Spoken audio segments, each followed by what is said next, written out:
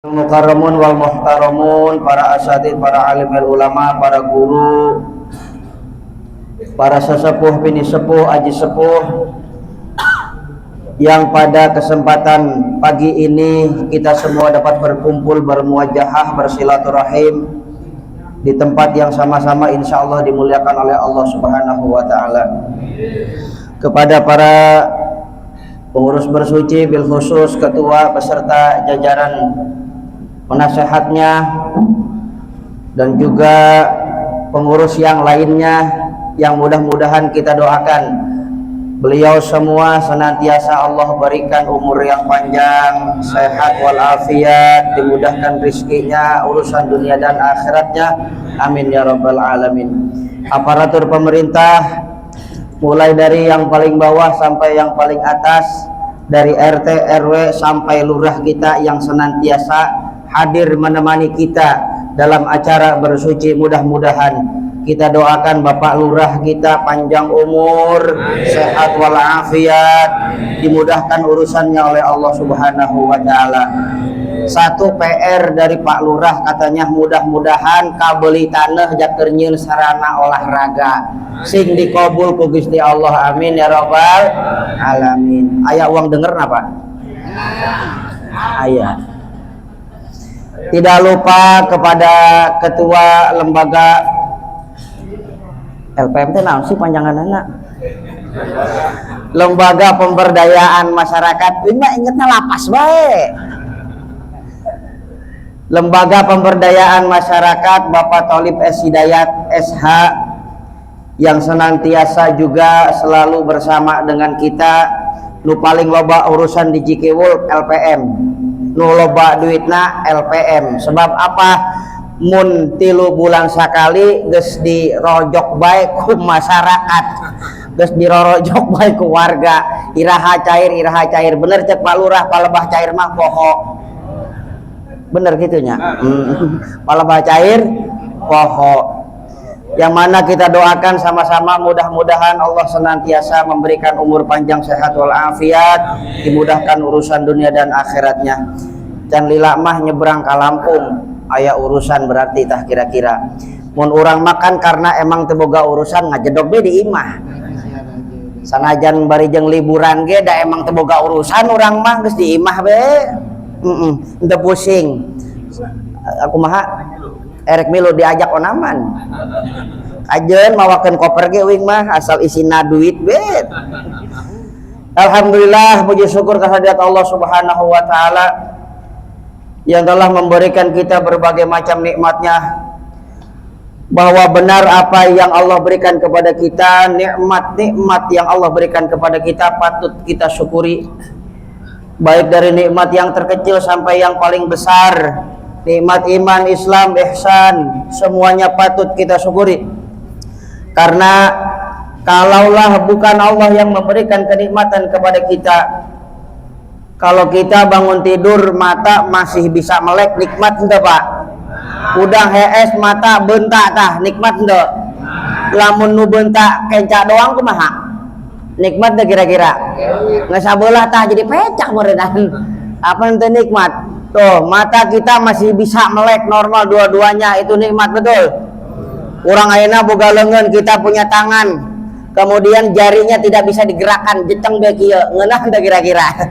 Ngarenah moal, itu semua nikmat dari Allah Subhanahu wa Ta'ala. Maka mudah-mudahan dari nikmat yang Allah berikan kepada kita, kita dijadikan oleh Allah sebagai hamba yang bersyukur. Salawat serta salam kita haturkan kehadirat baginda alam Nabi besar Muhammad sallallahu alaihi wasallam, kepada keluarga, sahabat, tabi'in hingga sampai kepada kita semua selaku umatnya. Mudah-mudahan kita kelak mendapatkan syafaatnya di yaumil qiyamah, amin ya rabbal alamin. Para asatid yang jumlahnya sangat banyak, yang mana mudah-mudahan Allah senantiasa memberikan umur yang panjang juga kepada guru-guru kita semuanya, amin ya rabbal alamin. Kita nu di tukang kamarana sih jempling amat, asal entah sholat ge baru bar tah sokan gitu bae, padahal mah geus entah sholat geus icing diuk tong ka mana-mana, kabagian kopi mah kabagian tenang be, erek geser ka mana ge kabagian tenang be, tenang ya. Oh, jadi kalau habis sholat tunggu tong galeser icing geus segala nyangan sisi ini segala aki-aki mah pan giong. Iya, bari tulak cangkeng segala ada pegel diuk geus kumaha bae bentukna eta. Geus ngahunjar, mun meunang mah cenah bari HS ongko bari ngagoler. Bener. Apalagi uing komo uing mah tunduh ka cida. Kuating buting balik setengah hiji HS jam hiji setengah opat geus hudang di mata sana hayang nempel bae mata tuduh sepet keneh banget mana teka bagian kopi tadi di anteran cenah naon ieu teh kopi eueuh encan nyieun cai mah aya cai mah cenah alhamdulillah prima supaya tetap prima. Alhamdulillahirabbil alamin, para bapak, para hadirin jamaah rahimakumullah. Kita sekarang sudah masuk bulan Rajab. Bulan Rajab di hari Minggu yang pertama di bulan Rajab tanggal berapa ini? 1 2 3 tanggal 7 di bulan Rajab. Nabi Muhammad SAW sebagaimana dalam hadis ketika memasuki bulan Rajab berdoa kepada Allah Subhanahu wa taala yang mana doanya sudah sering kita dengar dan sering kita hafalkan berulang-ulang. Allahumma barik lana fi Rajaba wa Sya'bana wa ballighna Ramadan. Kade pa pahili sama-sama Allahumma barik lana ngantungtungna kade. Allahumma barik lana Allahumma barik lana ulah fi marozaqtana. Nggak jadi bejeng dah. Allahumma barik lana fi Rajaba wa Sya'bana wa ballighna Ramadan. Kade patuker. Allahumma barik lana fima rozaqtana yudaah marul. Alhamdulillah kita masih diberikan umur yang panjang oleh Allah Subhanahu wa taala. Mudah-mudahan doa kita diijabah oleh Allah, kita diberkahi di bulan Rajab, diberkahi di bulan Syaban dan sampai umur kita ke bulan Ramadan. Amin. Ya rabbal alamin. Tapi pada kesempatan kali ini bukan hal itu yang ingin saya sampaikan. Bulan Rajab insya Allah daripada asatid yang lainnya banyak memberikan faedah-faedahnya kepada kita. Namun pada kesempatan pagi kali ini bukan itu yang ingin saya sampaikan. Jadi dalam sebuah kitab An-Nawadir, Imam Qulyubi mengatakan ada beberapa faedah di dalamnya. Jadi innallaha akhfa asya'a min asya'. Jadi Allah Subhanahu wa taala menyembunyikan sesuatu di dalam sesuatu. Imam Qulyubi dalam kitabnya mengatakan bahwa Allah Subhanahu wa taala menyimpan atau merahasiakan sesuatu di dalam sesuatu. Jadi kalau kita mungkin melakukan suatu hal, kalau kita melakukan sesuatu ada kejadian, ada tragedi, sering kita mendengarkan di balik sesuatu kejadian pasti ada hikmahnya. Pasti ada hikmahnya. Nah ini hikmah itulah yang dimaksud dengan rahasia daripada sesuatu yang dirahasiakan oleh Allah Subhanahu wa ta'ala. Dalam kitab tersebut Imam Qulyubi yang pertama mengatakan akhfa ridahu fi masyiatin. Allah Subhanahu wa ta'ala menyimpan atau merahasiakan ridhonya di balik maksiat, di balik ketaatan yang dilakukan oleh hambanya, oleh kita semua. Jadi saat kita melakukan ibadah, saat kita menjalankan perintah dari Allah Subhanahu wa taala tanpa kita ketahui, tanpa kita sadari, di situ Allah menyimpan ridhonya. Karena apa? Liyajtahidun nas fi jami'i ta'at, supaya manusia bersungguh-sungguh dalam menjalankan ketaatan kepada Allah dan mengharapkan daripada ridho tersebut datang kepadanya. Sekarang Bapak Alim, mohon maaf, kita ibadah Pak, betul, kita sholat 5 waktu, kalau punya duit berangkat haji, ada kelebihan rizki kita bayar zakat, umroh kalau bisa tiap bulan berangkat. Amin ya rabbal. Seandainya Bapak Alim tidak ada surga, tidak ada neraka, masihkah kita beribadah kepada Allah? Seandainya tidak ada surga, tidak ada neraka, masihkah kita beribadah kepada Allah Subhanahu wa taala? Sebagaimana yang diceritakan Syekh Abdul Aziz Ad-Dabbagh Beliau pada suatu hari didatangi oleh seseorang yang ternyata itu adalah malaikat yang menyerupai manusia. Malaikat mengatakan kepada Syekh Abdul Aziz Ad-Dabbagh bahwasanya namanya tertulis di Lauhil Mahfuz sebagai penghuni neraka.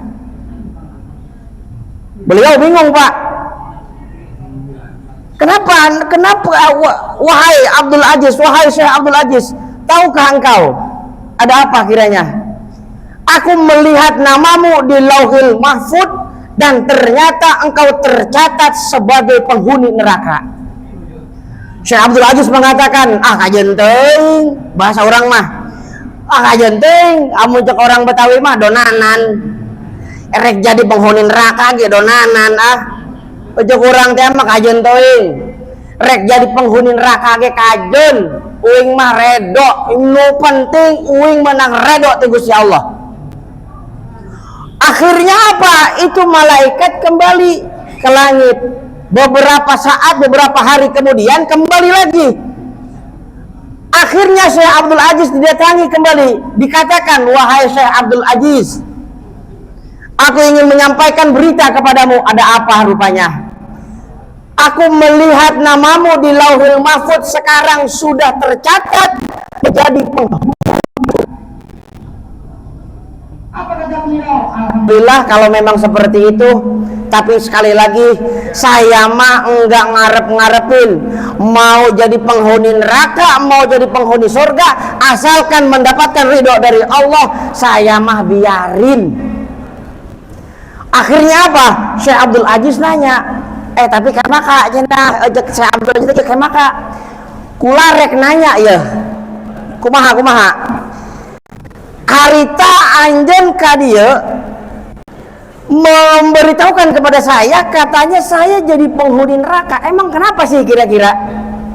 Akhirnya diceritakan, dulu pada saat engkau masih kecil, saat orang tuamu memerintahkan kepadamu untuk membeli sesuatu, datang orang tuamu menghampiri, tapi engkau pura-pura tengah denge, pura-pura hees.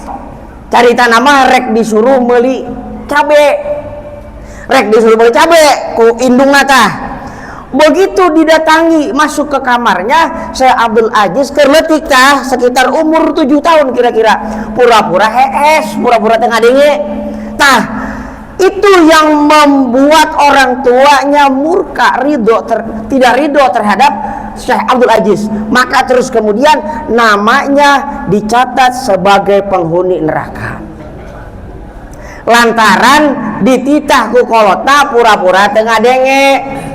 Budak ayeuna mah boro-boro lain pura-pura tengah denge, emang ngahaja tengah dengekeun. Budak ayeuna. Jadi HP bejeng HP. Budak ayeuna tah. Iya kan? Bari jeung kieu bejeng kieu tah. Budak ayeuna tah. Kumaha rek ngadengekeun teu kolot da atuh puguh HP bejeng HP. Eta sugan lempang ge di hareupeun aya logak ge hayu we sugan. Iya sugan kata jelong kumaha ge bodo amat. Keur daa HP rek mandi ge kamar mandi mau HP sugan. Budak ayeuna mah. Tuh. Itu Syekh Abdul Aziz tuh waktu kecil begitu, pura-pura tidak mendengar perintah daripada orang tuanya, sehingga dicatat namanya sebagai penghuni neraka. Tapi kemudian ketika beliau sudah dewasa, beliau menjadi ahli ibadah, menjadi seorang yang berilmu, menjadi faqih, menjadi ulama, sehingga terus kemudian dia beribadah kepada Allah Subhanahu wa taala, menjadi orang yang sangat alim luar biasa. Akhirnya seperti itu. Nah sekarang kita, Allah menyembunyikan ridhonya kepada kita. Kalau seandainya surga dan neraka tidak ada, apa masihkah kita mau beribadah kepada Allah? Masihkah kita mau beribadah kepada Allah Subhanahu wa taala? Padahal tujuan kita beribadah kepada Allah bukan untuk mencari pahala, bukan karena supaya masuk surga, bukan supaya tidak masuk neraka, tapi semata-mata lillahi taala. Hese emang nage. Hese lah coba be. Iya kan? Hese lillahi taala teh emang hese, bener. Iya. ngaji kudu be aya goreng boleh, kudu aya be pisang, kudu segala aya be kopi na ngaji ta pinuh musolah masjid mun aya goreng bala-balana ongkos segala mah rame pinuh. Coba pala bacai be doang.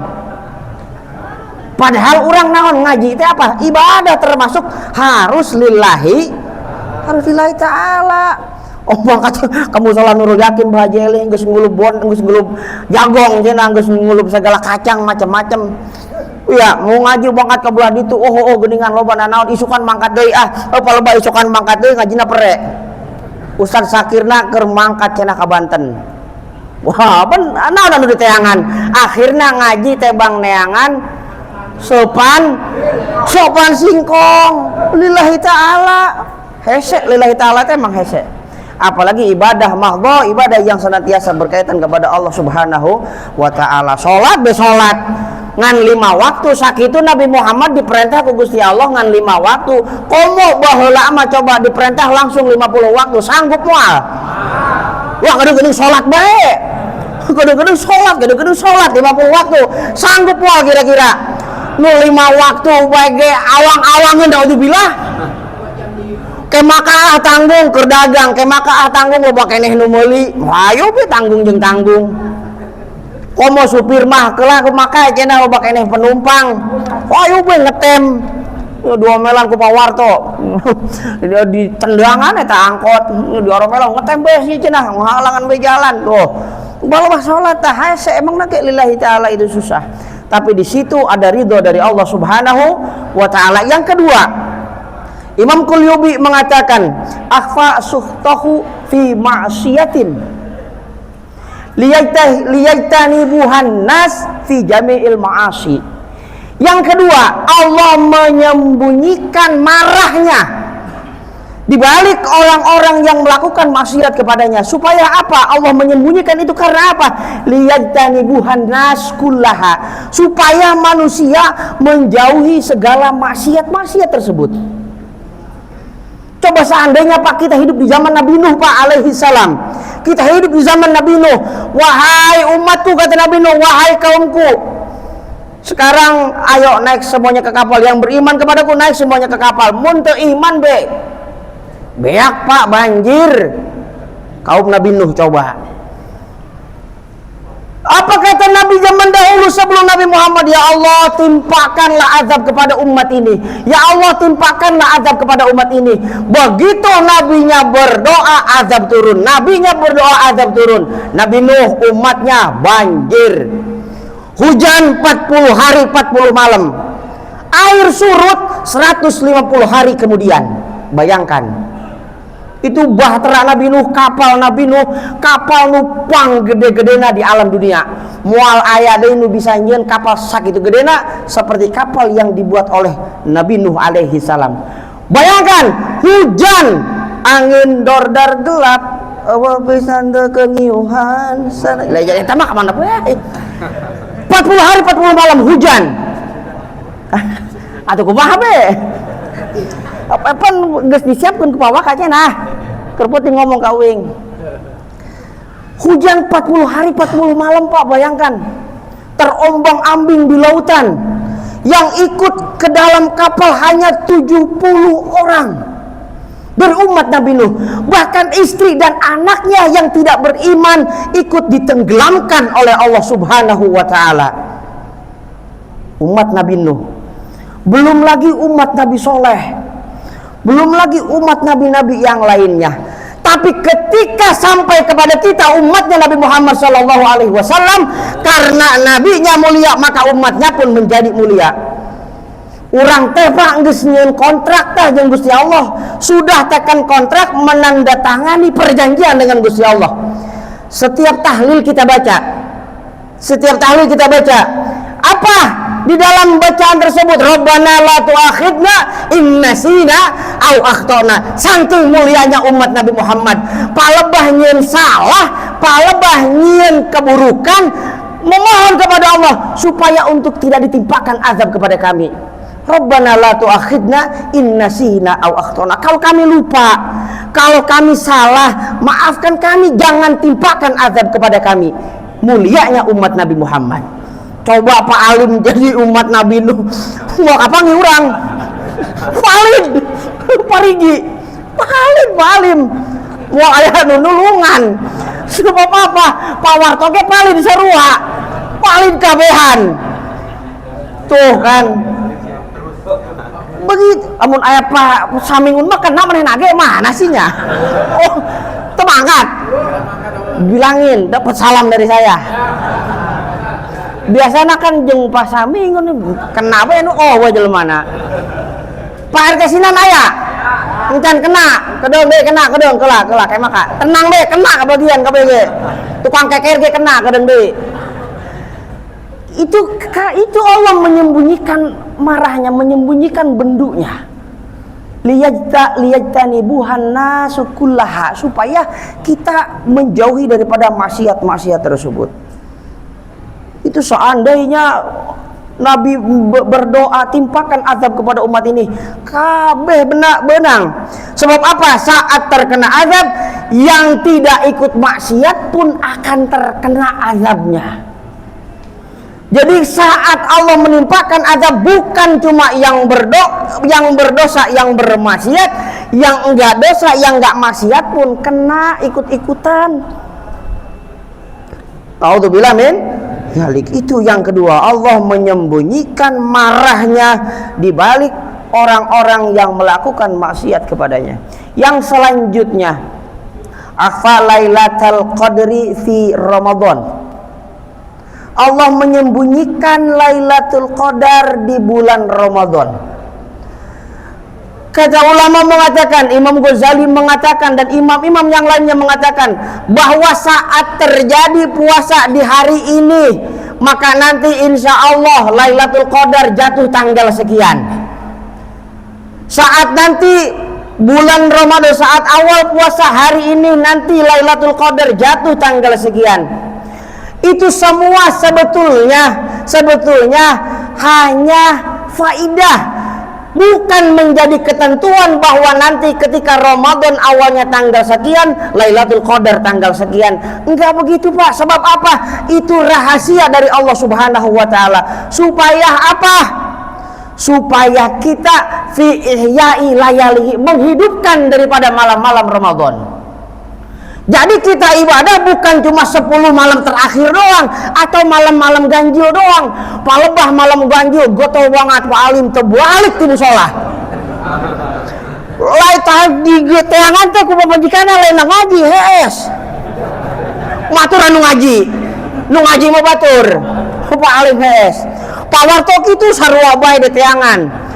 Allah terbalik-balik si ieu salaki uing cenah di teangan ka masjid tah. Oh aya geuningan. Heueuh sarua maturan hees Pak Alim geuningan. Sarua.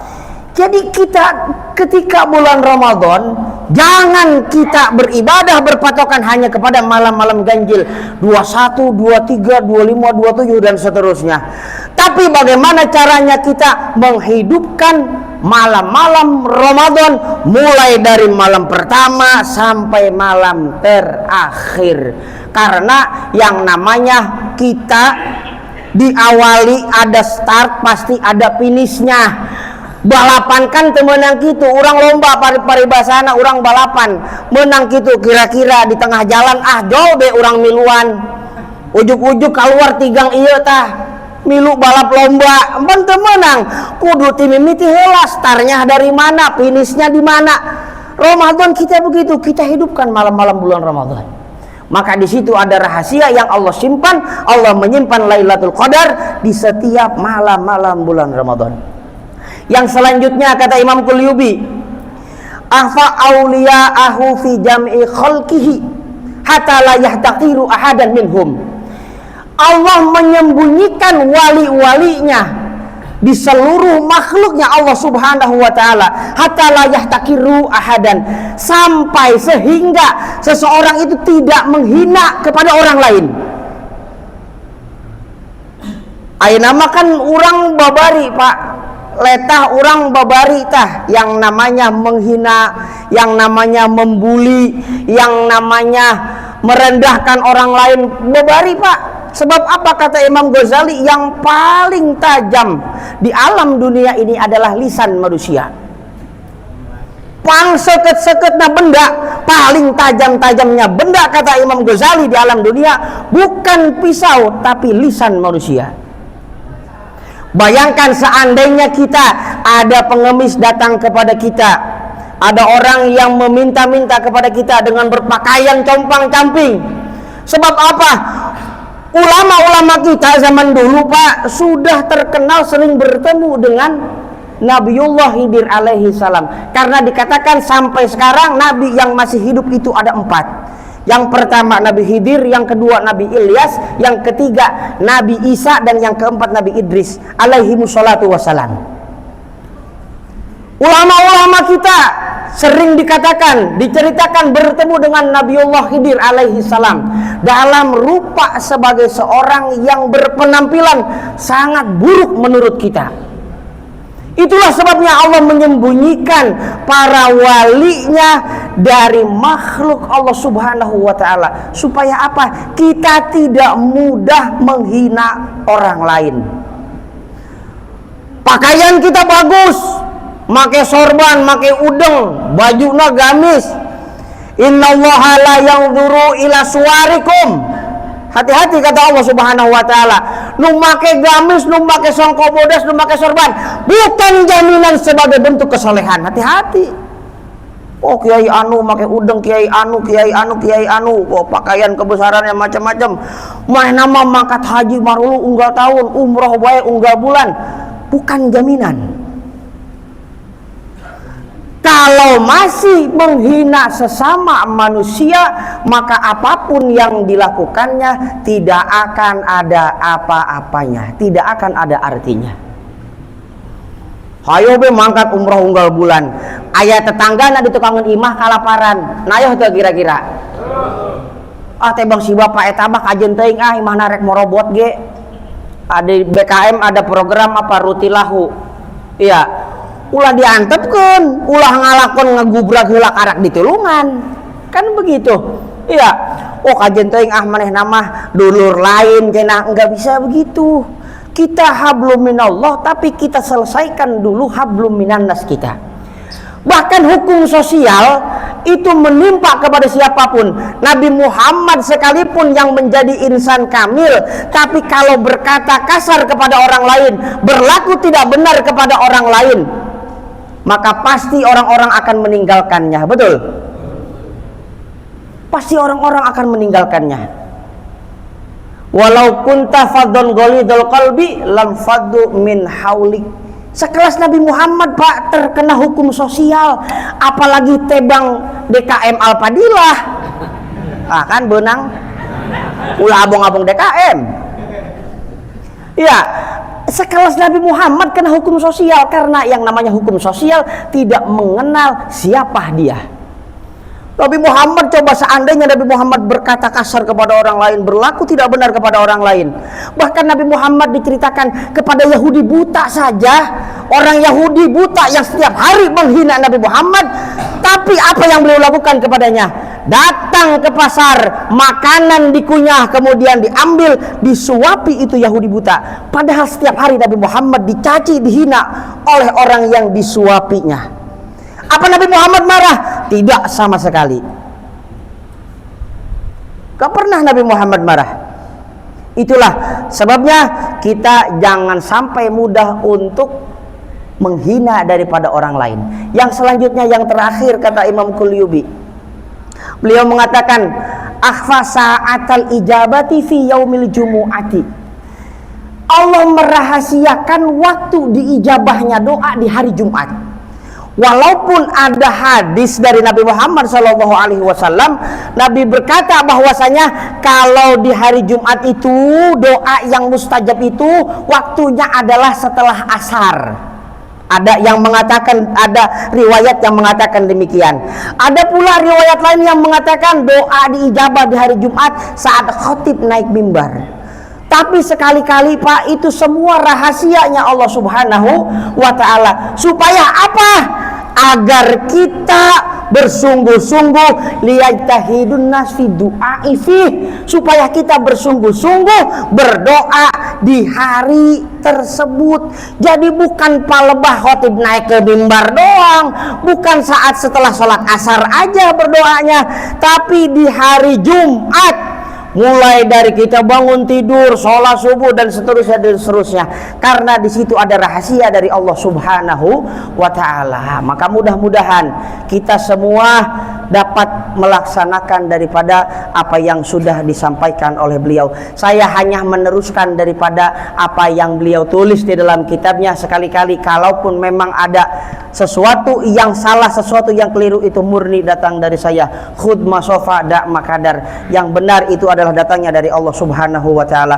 Maka kita berdoa kepada Allah Subhanahu wa ta'ala, mudah-mudahan kita semua diberikan umur yang panjang, sehat walafiat, dimudahkan rezekinya, urusan dunia dan akhiratnya, amin ya rabbal alamin. Allahumma ja'al jamana hadza jaman marhuma wa tafarraqna min ba'di tafarruqan ma'suma. Rabbi faj'alna mutabadna ghayatu husnul khitam wa atina ma qasa'adna min atayaqal jisam wa krimil arwah minna billika khairil anam. Itulah yang bisa saya sampaikan, kurang lebihnya mohon maaf.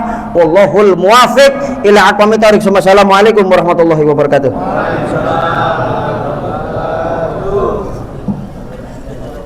Alhamdulillah.